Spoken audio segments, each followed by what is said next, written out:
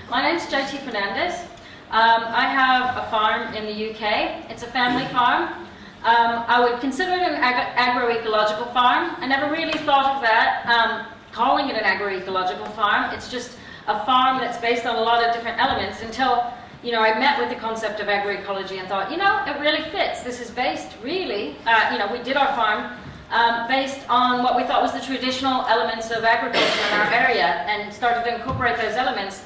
And by the time you look at what's in your environment and you create a farm based on that, and you look at the local markets and the diversity of products you can sell to a local market, it is an agroecological farm because it's based on lots of different elements.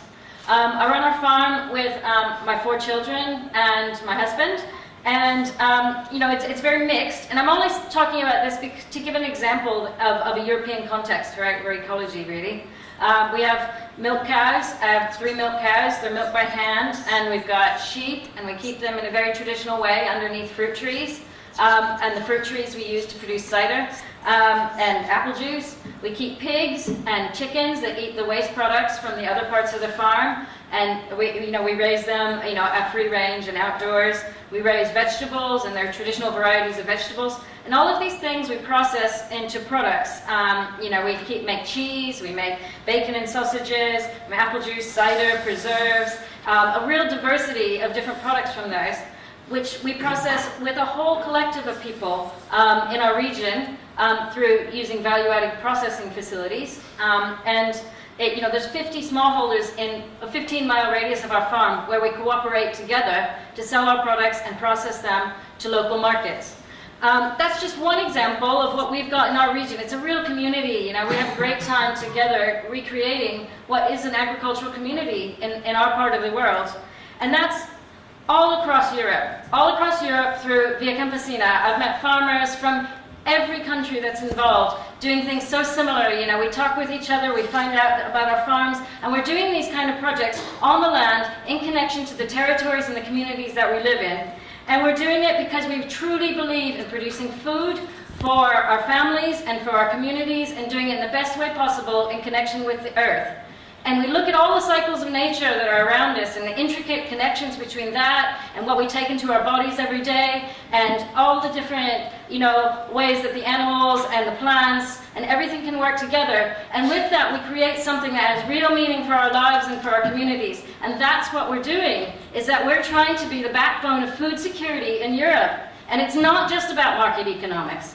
It has almost nothing to do with market economics. It has to do with the fact that what makes life worth living for the producers who are trying to produce food in this way in Europe is that we want to produce something that people take into our body 3 times a day. We sit down with our families and our communities, and we bring the food that's around us into our bodies, and that is our life, and that is viability. Viability, the root of it is life. And we want to create life, and that's what policy should be about. Creating meaning for human beings, and looking at food, which is the basis of what we want as a society. You need to bring the food producers in and the food production systems that have life in them to be our food security. Not just look at export markets and a little bit of extra money or this or that, all these things that aren't working. It's about valuing the people who are here in Europe producing our food and working on the land every single day, starting 5 in the morning sometimes till 10 o'clock at night, to get food to our communities and our families. So we create jobs. One thing I really want to challenge is that small farms aren't as productive. Sometimes we talk to policymakers all the time about policies, and the first thing they throw back is, the population's going up. Is it really realistic that we're going to feed Europe in this way? It's a nice romantic notion. Yeah, it's really great, the community and the food tastes really good and that kind of thing. But is it really realistic? Don't we have to grow up a little bit and think, that actually we need to industrialize? Actually, we need these big farms. Actually, we need GM crops to feed Europe. If you look at the productivity of small farms, and there's been multiple studies done, and we're looking at doing these across Europe, small farms are actually more productive per hectare in producing food, and the diversity of food and the quality of the food that we produce is better. It's actually giving something to the human beings it's feeding. It's not just calories. It's not industrial junk food that could be made into fast food products that actually make people obese and unhappy. It's about, you know, creating a lot more than that. And you know, when you look at productivity figures, generally now conventionally, they're based on looking at the amount of calories produced per hectare per employed person. You know, it's a really capitalist way of looking at production efficiency. Yeah, but it's not the amount of food that you actually produce per hectare. It's whether or not somebody can make money from the number of people that are employed on that unit per hectare. And we want to create jobs. You know, we want jobs in Europe. We want people being able to go into agriculture and work on the land. So all of us across Europe trying to do this are operating in an incredibly unhelpful context. You know, we're out there working every single day, and the big system out there, the policies that are coming out of Europe, don't help us at all. In fact, they work against us. If you look at the Common Agricultural Policy, right, it's almost, you know, it's 65% or something of the EU budget.